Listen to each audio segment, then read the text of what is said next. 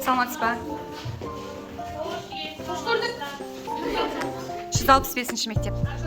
Роза бағалауы шашырайымыз дегеніміздің әнші атамыз болған. Ол да ғана қазақ даласына емес, бүкіл әлемге аты әйгілі болған. Осы Роза әжеміз біздің қазіргі таңда биыл 100 жасқа толды. Кеше ғана ауданда үлкен шара өтті. Бұл Роза бағалауына 100 жылдық мерейтойын бүкіл республика атап өтіп жатыр.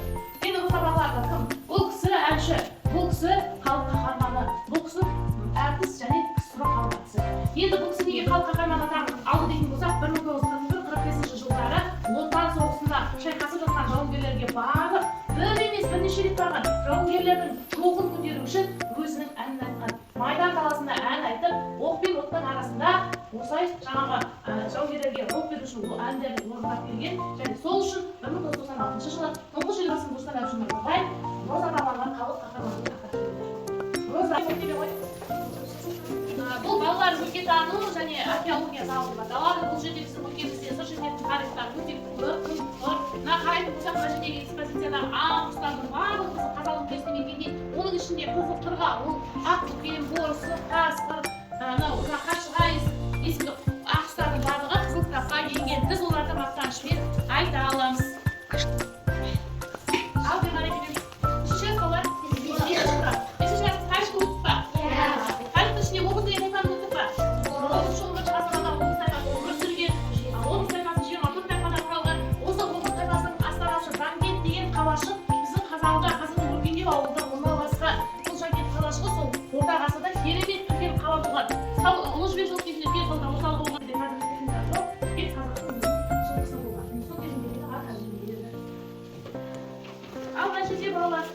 әжелеріміз мынау 1900 жылдары 19 ғасыр кезінде қолданылған тұрмыста қолданылған ағаш бұйымдар, музей орнына өткізген мынау диірмен, бұның арасында жүгеріні салып тартатын болса, я сөкті салып тартатын болса, ол қалған болады.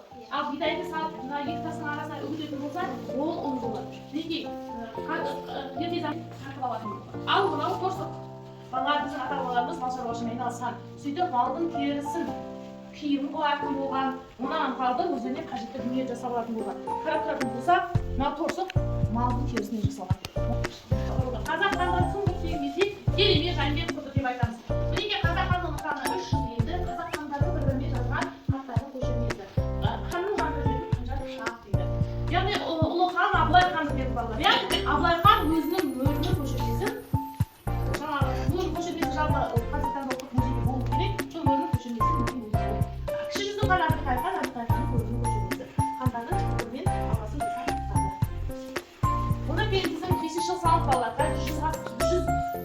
жылдан асып кетті. Бірақ асауға өзге өңірлерден көптеген орыс, кәріс, ұлты әртүрлі ұлт өкілдерін әкеліп, сол шаруашылыққа жұмылдырды темір жол салуға. 1917 жылы Алаш партиясы құрылды. Мінекей Алаш қозғалысының жетекшілері Байшоқын, Бөкейхан, Тулақ, неге олар қолдаушылар біздің осы Алаш партиясын құрған, одан кейін Алаш партиясын бағдарламасы. Біздің ауданымызда спорт саласының дамуына үлес қосқан біздің спортшы ағаларымыз. Марина Бойлова мінекей.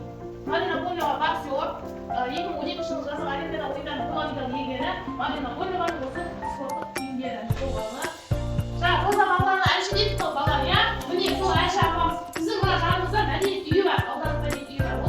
Оның аты Роза бағалау атындағы мәдениет үйі деп аталады. Сол Роза бағалауының сахнаға ойын айтқанда киген көйлегі, басында бөрігі және арнайы соған бөлектер көрсетеді балалар, иә?